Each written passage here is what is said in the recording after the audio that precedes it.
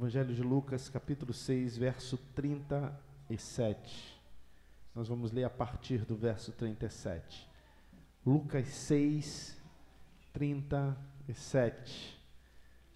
Nós começamos na semana passada uma série que tem como título, me ajuda aí, Diogo, eu dou o título, eu mesmo mensagens novas para um ano novo, mensagens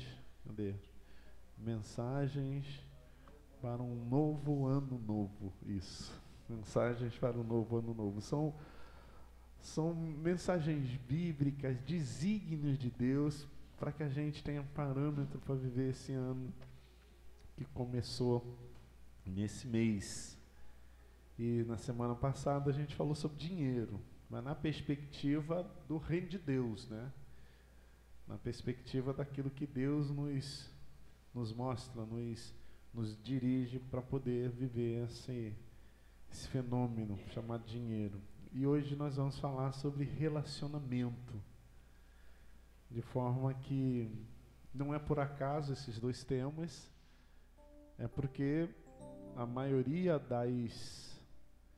dos aconselhamentos, das pastorais, das conversas, dos discipulados que eu participo, que eu compartilho com alguns irmãos, esses dois temas eles estão assim no top 3, né? Relacionamentos e dinheiro. Então, por isso que eu acho pertinente a gente conversar sobre essas coisas à luz da palavra de Deus. E essas mensagens não são mensagens expositivas. A expositiva é aquela que você pega o texto bíblico e vai delineando o texto bíblico, vai conversando com o texto bíblico e conversando com quem está te ouvindo a partir do texto bíblico. Toda mensagem é expositiva, mas existem as mensagens temáticas. Essas mensagens são temáticas, de forma que a gente não vai assim, especificamente detalhar o texto bíblico, porque esse é um tema da Bíblia. Uns ou os outros é um tema bíblico. Mas hoje a gente não vai passear, como eu fiz na semana passada, a gente foi em muitos textos fora do texto que eu li. Hoje a gente vai se prender em 3 sessões ou 4 dessa sessão aqui da Bíblia, que eu vou começar no versículo 37. Então, nesses textos, eu vou tentar, e pela graça do Senhor Jesus e pelo poder do Espírito Santo, Ele vai completar no coração de vocês, Ele vai arrumar no coração de vocês, textualmente, os significados da interpretação desse texto. Mas eu vou fazer isso de maneira resumida. Eu vou resumir o texto para vocês. Eu vou fazer uma espécie de um resumo crítico a respeito dos relacionamentos com base nessas sessões que a gente vai ler. E relacionamento com quem? Com o pai, com a mãe, com o filho, com a filha, com o esposo, com a esposa, com os irmãos, com a vizinhança. Serve para ser aplicado em todo o lugar, em todo momento que você estiver se relacionando com alguém.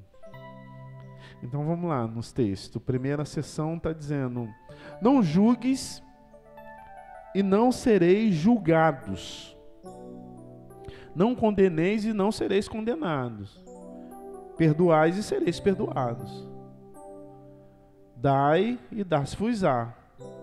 Boa medida, recalcada, sacudida, transbordante generosamente vos darão, porque com a mesma medida que tiveres medido, vos medirão também. Vamos para a segunda sessão, que é uma parábola. Aí propõe-lhes também uma parábola. Quem faz isso? Senhor Jesus. Pode porventura um cego guiar outro cego? Aí ele mesmo responde, ou ele responde com uma outra indagação. Não cairão ambos no barranco, no buraco? O discípulo não está acima do seu senhor, do seu mestre. Todo aquele, porém, que for bem instruído será como seu mestre. Por que vês tu o argueiro no olho do teu irmão, porém não reparas na trave que está no teu próprio olho? Como poderás dizer a teu irmão: deixa, irmão, que eu tire o argueiro do teu olho, não vendo tu mesmo a trave que está no teu? Hipócrita, tira primeiro a trave do teu olho, e então verás claramente para tirar o argueiro que está no olho do teu irmão. Vamos para a terceira sessão. Não há árvore boa que dê mau fruto, nem tampouco árvore mau que dê bom fruto, porquanto cada árvore é conhecida pelo seu próprio fruto. Porque se não colhe figos de espinheiros, nem abrolhos se vidimam uvas. O homem bom, do bom tesouro do coração tira o bem, e o mal do mau tesouro tira o mal, porque a boca fala do que o coração está cheio. Deus bondoso e todo-poderoso, que esses textos, essa palavra santa, tem um efeito poderoso nas nossas vidas. Que nós saiamos nessa noite, desse lugar, com a direção do Teu Espírito, para nos relacionarmos com quem quer que seja, para que nós verdadeiramente possamos expressar quem és Tu em nós. É a oração que eu te faço no nome do Senhor Jesus. Então, como eu disse, a gente vai fazer um apontamento dos significados da interpretação dessas sessões que a gente leu. Tem muitos outros textos na Bíblia, Provérbios fala muito da relação de seres humanos, mas eu vou me apontar aqui, e na verdade não vai ter muita diferença, e muita coisa que você vai ouvir eu falar, você que é membro dessa igreja, já ouviu eu falar algumas vezes, assim. Mas o problema não é ouvir falar. Eu sou apaixonado pela cultura judaica. A cultura judaica tem uma forma pedagógica de ensino simples e extremamente eficiente, que é a repetição. É tipo filhos, né? Você fala, não mexe aí, ele vai e mexe. Aí você fala assim, eu não vou falar mais. Não, você vai falar amanhã, depois de 1 hora ele vai parar. Porque a repetição ela é pedagógica. Então você vai ouvir eu falar muitas coisas. O que você tem que perguntar não é, pastor, eu já ouvi o pastor falar isso. O que você tem que perguntar não é como que você chega. Isso não é onde você chega, é como você chega. É se você está colocando em prática o que você tem ouvido. Então esses textos, eles dão alguns conselhos para que nós tenhamos relacionamentos saudáveis com qualquer pessoa. Pode parecer quando você olha o texto, parece ser assim uma abordagem extremamente dura do Senhor Jesus aos seus discípulos. Em princípio, tem uma parte que ele fala hipócritas, e na nossa cultura, chamar alguém de hipócrita é uma forma de assim, depreciar uma pessoa. Mas o Senhor Jesus nunca teve a intenção de depreciar nenhum ser humano. Ele está ensinando, ele está ensinando as pessoas a viverem, a entenderem que nós somos gentes, nós somos seres humanos, e se tem uma coisa que a princípio na vida de todos os seres humanos, é que nós somos seres humanos gregários, nós precisamos do outro. Por isso que quando Deus fez Eva, disse para Adão, eu vou te fazer uma auxiliadora, uma companheira. Ele não estava falando só de uma esposa, ele estava falando de alguém que o Adão pudesse compartilhar, de alguém que o Adão pudesse entender que esse reino construído por Deus é um reino relacional. Assim, é inevitável que você se relacione com alguém. Se você estiver numa ilha que não haja nenhum ser humano, você vai começar a se relacionar com os animais, com os pássaros, com o coqueiro. Você precisa, nós necessitamos dessa relação, nós necessitamos, por isso que a igreja é a maior bênção na vida das pessoas, porque nós nos relacionamos.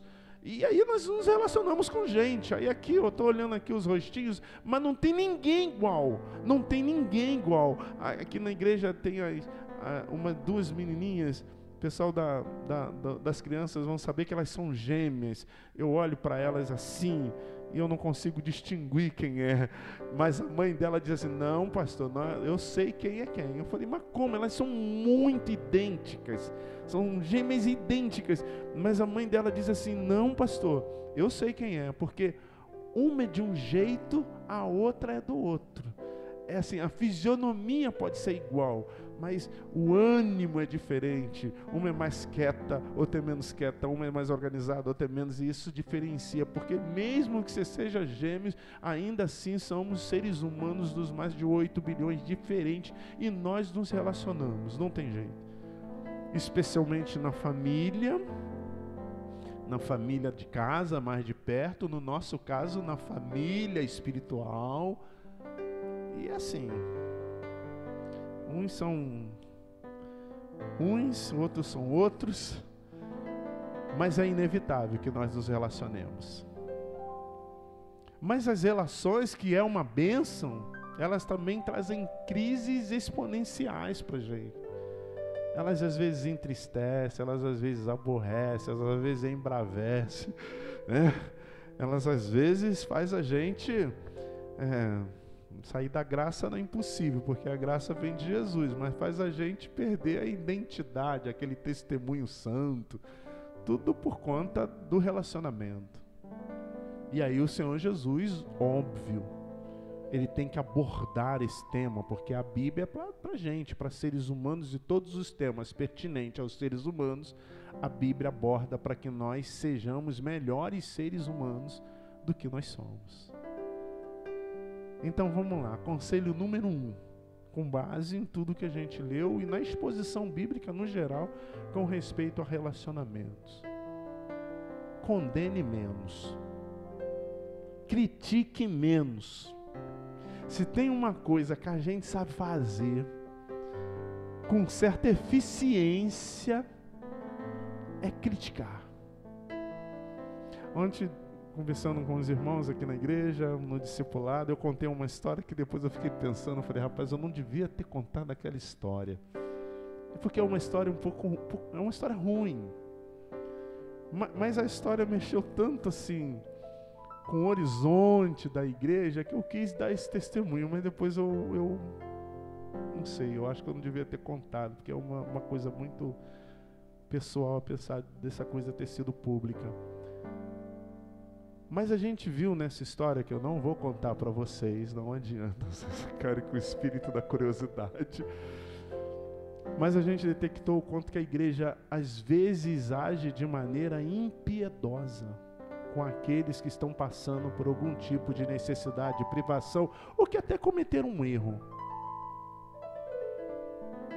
Eu lembro que uma vez aqui na igreja, uma menina, ela não era membro da igreja, e ela ficou grávida. E aí umas irmãs daqui, que graças a Deus são desprendidas da religião, fizeram uma festa para ela, um chá de bebê. Na verdade não foi para ela, para o bebê, né? E essas irmãs foi alvo de muitas críticas, porque o que as pessoas entendiam é que essas irmãs estavam endossando a gravidez precoce daquela menina. Às vezes a igreja ela tem muita ânsia de criticar, de condenar. E aí o Senhor Jesus chega para essa igreja, chega para os discípulos e para aquelas pessoas que o rodeavam, fala assim: olha, vocês têm que tomar muito cuidado, que com a mesma veemência, com o mesmo critério, com a mesma ardor, com a mesma impiedade que vocês criticarem, é assim que o mundo os verá. A gente critica pai, mãe, filho, irmão, pastor, amigo, presbítero, diácono. A gente critica todo mundo. Então, assim, critique menos. Esse é o primeiro conselho que eu quero te dar para que você cultive relacionamentos saudáveis. Eu não estou dizendo que você tem que passar a mão na cabeça de ninguém. Mas vamos conversar, meu irmão. Às vezes dá para dar uma respirada, dar 2 passos para trás. E tentar entender, pelo menos. É o Senhor Jesus que está dizendo, olha, não julgueis, não condenes, não condeneis. Porque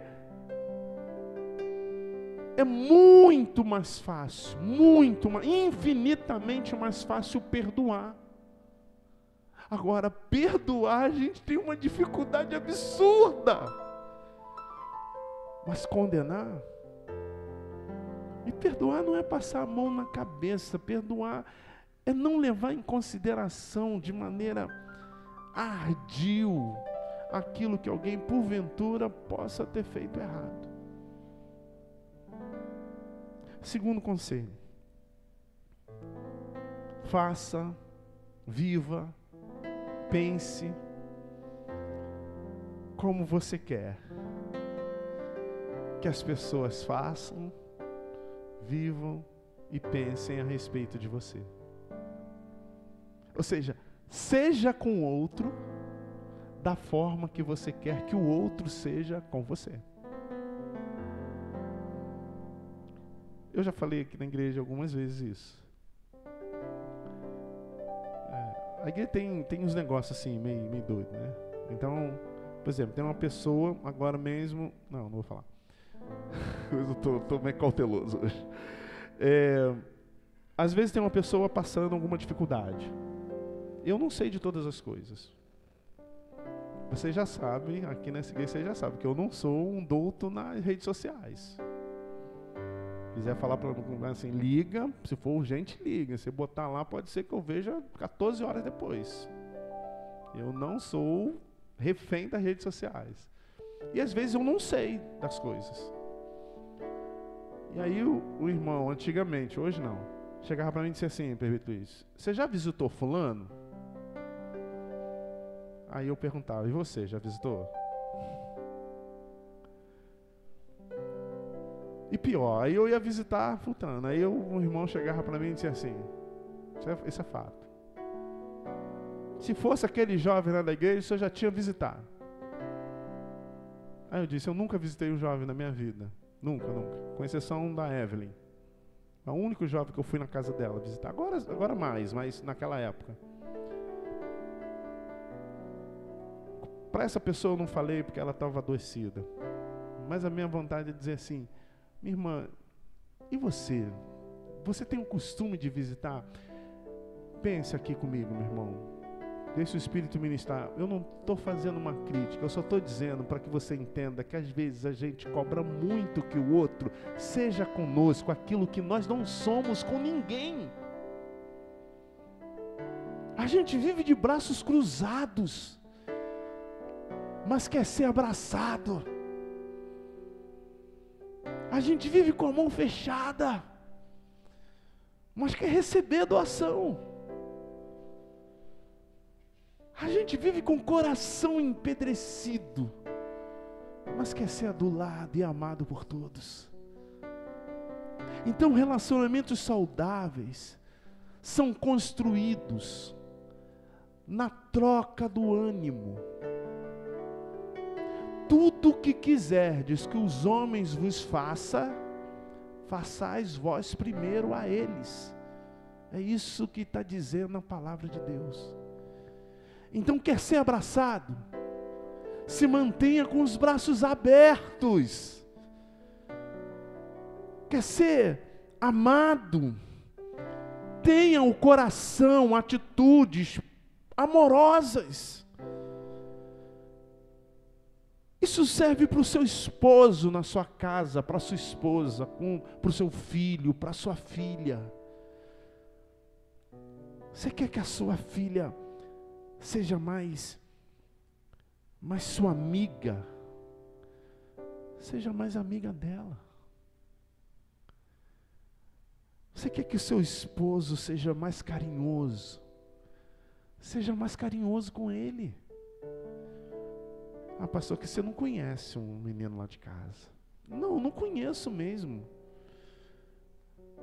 Mas você conhece. E mais do que ele, você se conhece. E você não tem que fazer nada com ele ou com ela, porque ele é, pelo que ele faz, mas por quem você é.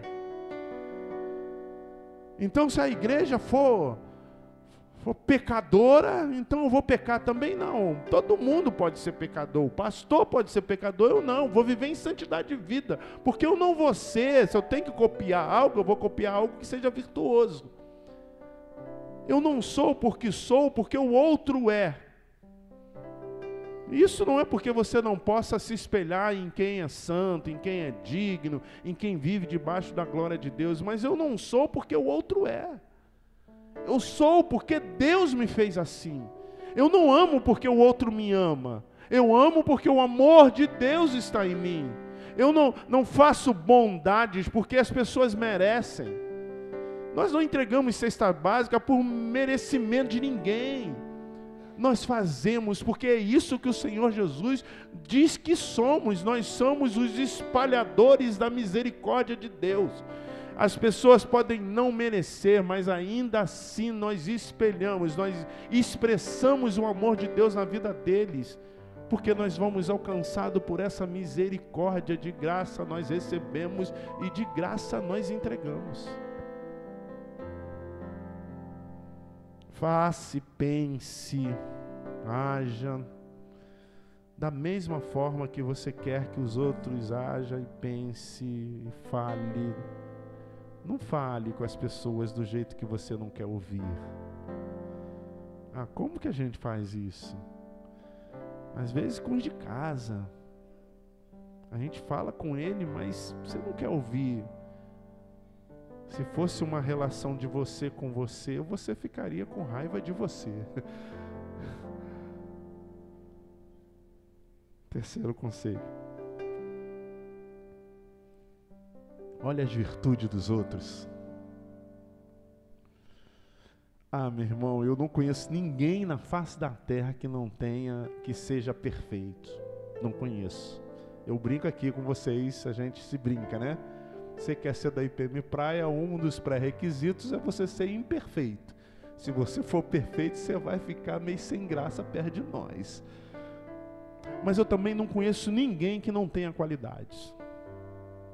Ele pode não expressar, ele pode não exercitar, mas tem. Ele tem qualidades, porque ele é feitura de Deus. Ele pode ter adormecido, pode ter esquecido, pode ter relaxado com essas qualidades, mas ele tem.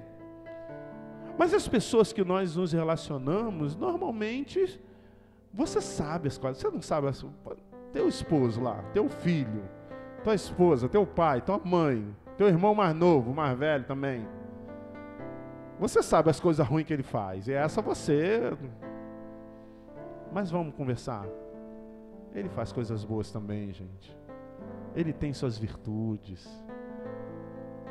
Então por que você é veemente às vezes na condenação, mas essa veemência não tem tanta energia no elogio, na observação das virtudes? Então assim, se eu fosse parafrasear, eu dizia: elogie mais. Diga para ele, o elogio, ele é forte. Aliás, as palavras são fortes, eu vou falar aqui ainda. O elogio é a forma de você dizer o quanto que ele, que ela é importante para você. Elogie mais, olhe mais as virtudes dele. Por que a gente tem que olhar só os defeitos, só as coisas ruins? Ah, deixa essa tarefa pro diabo, pô. Ele já olha para a gente só apontando o dedo, falando que você não merece, que você não é digno, que você não pode, que você não é, que você é feio, que... Ele faz de tudo para te jogar para baixo. Deixa essa tarefa com o diabo. Nós vamos olhar como Jesus olha. Pegar uma mulher, uma adúltera, assim, que é condenável, e levaram na frente de Jesus e disseram: vamos apedrejar essa filha do capeta, porque ela é destruidora de lares. Jesus olha para ela e fala: quem são vocês? Quem são vocês? Vai, atira a primeira pedra, quem é diferente dela? Aí Jesus olha para ela e falou: ninguém te condenou, nem eu te condeno, vais e não peques mais. Jesus olhou a virtude daquela mulher, de uma mulher condenável. Eu prefiro muito mais, e é muito mais fácil olhar as qualidades das pessoas do que as imperfeições. Porque nesse texto mesmo, eu falei que não ia me afundar no texto, ele diz uma coisa bem interessante, que a gente tem que se alertar para isso. Ele diz: olha, quem és tu para julgar o outro?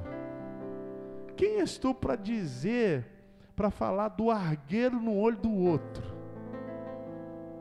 enquanto você tem uma trave nos teus olhos? Você pode estar pensando que Jesus está falando com o pessoal que a gente chama de pessoal do mundo. Não, está falando com a gente, porque todos nós temos um cisco, uma trave nos olhos, algo que nos impede, porque nós somos seres imperfeitos, de forma que, em sendo imperfeito, nós não temos a mínima condição de sermos os julgadores dos outros.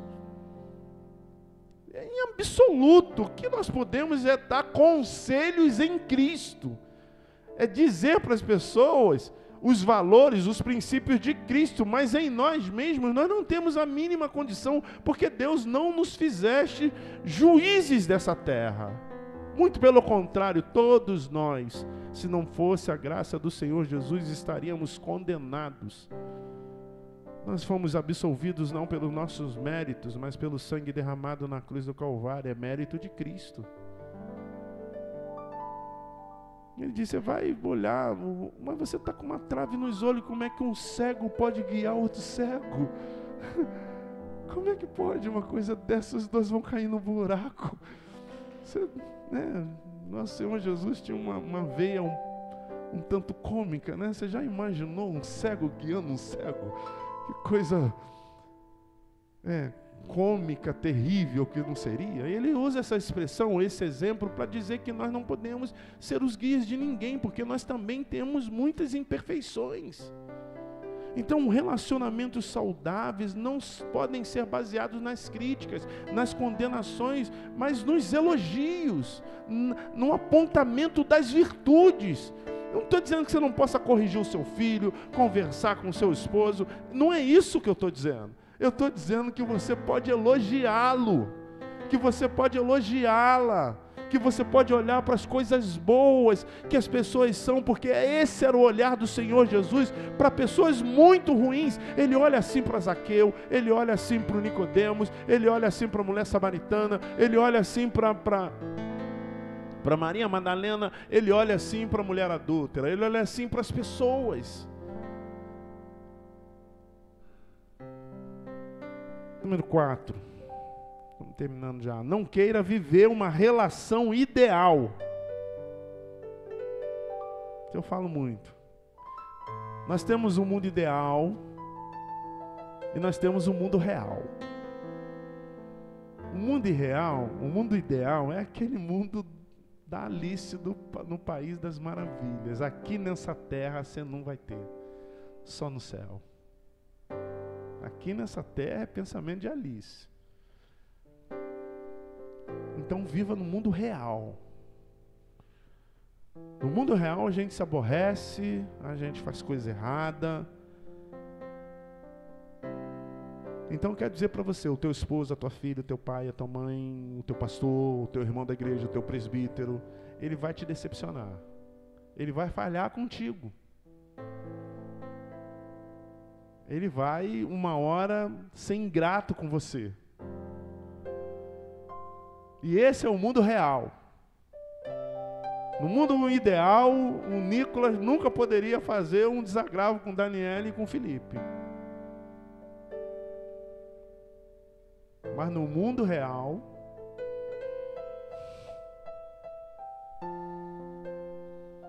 o mundo real é um mundo de gente imperfeita mesmo. No mundo real não tem, por exemplo, família perfeita. Você quer uma família perfeita? Espera chegar no céu. Lá nós seremos uma família na perfeição de Cristo. Mas aqui nessa terra, nossos pais são falhos. A mãe, às vezes, vai fazer coisa que vai... Fala, para que Deus me botou no ventre dessa mulher? Você vai falar assim... porque ela é tua mãe. Você tem que honrá-la. Então, assim... O relacionamento é construído no mundo real, meus irmãos. No mundo ideal, você quer que teu filho, o teu esposo seja do jeito que você quer que ele seja, mas ele não vai ser do jeito que você quer que ele seja. Você vai ter que amá-lo com as imperfeições dele. Vai ajustando. O relacionamento conjugal, por exemplo, é maravilhoso que você vai ajustando. Eu sou casado lá com 25 anos vou fazer. Acho que a gente não ajustou. Não passou de 50%, isso eu tenho certeza. A gente está ajustando. Como a gente vai ficar mais uns 25 no mínimo, vai dar tempo de ajustar os outros 50%. A gente vai ajustando. Com o filho vai crescendo, vai amadurecendo. Esse é o mundo real. No mundo real, a gente não desiste porque alguém fez uma coisa. Não, a gente é porque está ajustando, tá? Sabe, aquela estatura de varão, de varoa perfeita, é para chegar no céu, mas pode ser aplicável numa instância com as devidas proporções no relacionamento também. Então, tem muitos de nós que quer viver no mundo ideal aqui na terra, quer ter uma família, quer ter um filhinho do jeito que a gente que não vai ter. Bota o pezinho no chão e sabe que você vai ter que educar, e vai fazer, e vai reeducar, e vai reeducar, e vai falar, e vai fazer de novo. Filho, não deixa a caneca em cima da... Mas de novo você deixou? Não tem mais 25 anos para o cara aprender. A gente vai aprendendo. 5. Essa aqui é boa. Não fale tudo, meu irmão. Sabe aquele negócio? Olha, como que o espírito de Miguel me apodera de mim quando eu leio assim, pronto, falei. Não fale tudo. Por que você tem que falar tudo? Eu sou da geração que tinha... as palavras têm poder. E essa frase ela foi muito rechaçada, principalmente pelo contexto que nós vivemos, reformado, presbiteriano, porque ela estava muito em voga. Agora voltou de novo, né? Ela estava muito em voga no que diz respeito a afirmação positiva. O nome não é esse, mas confissão positiva. Ou seja, a tua palavra determina aquele negócio todo. Aí vem o determinismo, esse negócio. E depois a gente vai crescendo, vai vendo, e realmente a palavra tem poder. Não é um poder como essa turma da confissão positiva falava, mas eu vou contar uma história para vocês em 2 minutinhos de uma menina que a gente evangelizou lá em Santa Lúcia, lá no início do Reviver. Não sei se Eduardo, quem estava lá no início, vai lembrar. E eu posso falar até o nome dela aqui, porque é um testemunho lindo. E a gente já conversou isso, já falamos disso na igreja, não tem problema. É a Duda. A Duda tinha 14 anos na época. E ela tinha um relacionamento homoafetivo. E depois do Reviver, né, a gente tem aquelas reuniões, e aí eu, conversando com ela, eu perguntei para ela, da maneira mais simples, objetiva e direta, como é que você, porque ela era muito nova, né? Como é que você começou com esse relacionamento homoafetivo? E ela disse assim, não, pastor, eu cresci numa casa que o meu pai maltratava muito a minha mãe. O meu pai, ele era extremamente violento com a minha mãe em todos os sentidos, desde palavras até a via de fato. E minha mãe sempre olhava para mim e dizia assim: tá vendo? Homem não presta. Homem só serve para maltratar a gente. Eu cresci com isso no meu coração. Eu nunca quis saber de menino. Eu tenho medo de menino. Essa foi um testemunho que ela me deu. E a gente continuou conversando, continuou. Anos depois a Duda noivou e casou com um menino. E hoje vive feliz, é cristã lá numa igreja próxima à nossa casa, que a gente chama a Igreja do Galpão. Você vê como é que palavras têm poder? Palavras têm poder. Seu desgraçado, você não vale nada. Eu te odeio. Palavras têm poder. Então não fale tudo. Não é para falar tudo. Tem coisa que você vai ter que segurar. Porque você pode até falar a coisa certa, mas às vezes você fala para a pessoa errada, da hora errada e pior, da forma errada. E aí soa, ecoa no coração do outro como um monte de outros sentimentos diversos daquele que você estava querendo transmitir. Então não fale tudo. Aliás, quando tiver com ânimo assim, que a pressão tiver, é melhor não falar, é melhor ouvir a direção da Bíblia.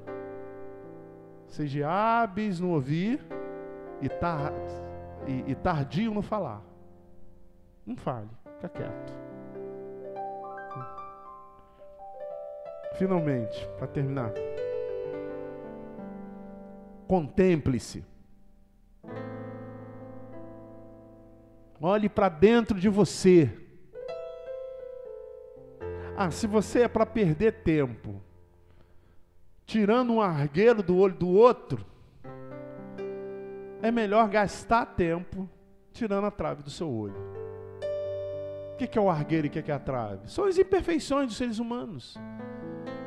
Então, se você vai gastar tempo corrigindo a imperfeição do outro, é muito melhor gastar tempo corrigindo as suas próprias imperfeições, porque pode ser que na correção das tuas imperfeições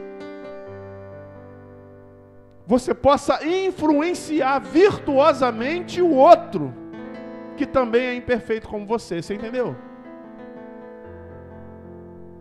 Você não consegue mudar as pessoas, mas pode ser que quando você se olhar no espelho e não gostar do que vê, e você buscar em Deus uma mudança na tua vida, uma mudança de ser o propulsor do Evangelho, de ser melhor amanhã do que você foi hoje, enquanto marido, esposa, filho, pai, mãe, irmão, ovelha, pastor, presbítero, diácono, enfim. Pode ser que essa mudança, sabe quando alguém olha para ti assim e fala assim: nossa, mas fulano está tão mudado, positivamente. Pode ser que essa mudança comece a influenciar, assim, toda a sua redondeza, toda a sua atmosfera, todos os que estão à sua volta, começa a exalar. Você começa a ser santo, você começa a expandir a santidade na vida dos outros. Você começa a ser bom, você começa a expandir bondade na vida dos outros. Você começa a ser mais amiga, você começa a ser amizade. A última sessão desse texto diz isso. Só para a gente fechar, para que você entenda o que Deus está dizendo. Ele diz, olha, o homem bom, vou lá no início, não há árvore boa que dê fruto mau, nem tampouco árvore má que dê fruto bom. Porquanto cada árvore é conhecida pelo fruto que dá, porque não se colhem figos de espinheiros e nem abrolhos se vidimam uvas. O homem bom do bom tesouro do coração tira o bem. As pessoas vão olhar você, vão olhar suas virtudes, e as virtudes são sempre muito boas de copiar, de fazer parte.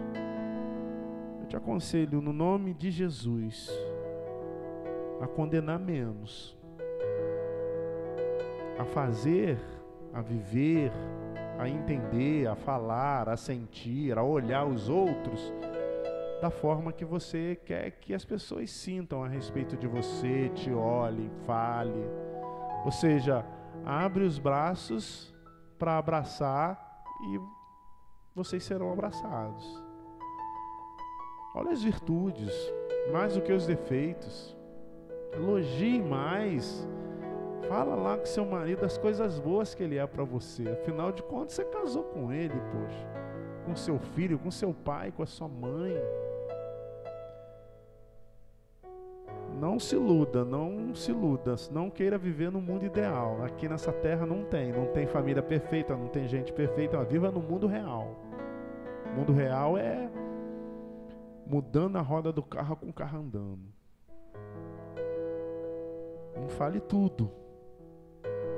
Tem coisa que não é para falar, porque magoa, porque entristece, porque chateia, porque faz com que as pessoas, traumatiza as pessoas. E finalmente contemple-se, olhe para dentro de você. Começa tirando a trave dos teus olhos. Pode ser que em tirando a trave dos teus olhos, você influencie as outras pessoas para que os argueiros caiam dos olhos dela. Que Deus te abençoe, meu irmão. Que Deus te abençoe, minha irmã. E cultive em nome do Pai, Filho e Espírito Santo relacionamentos saudáveis. Vamos ficar em pé?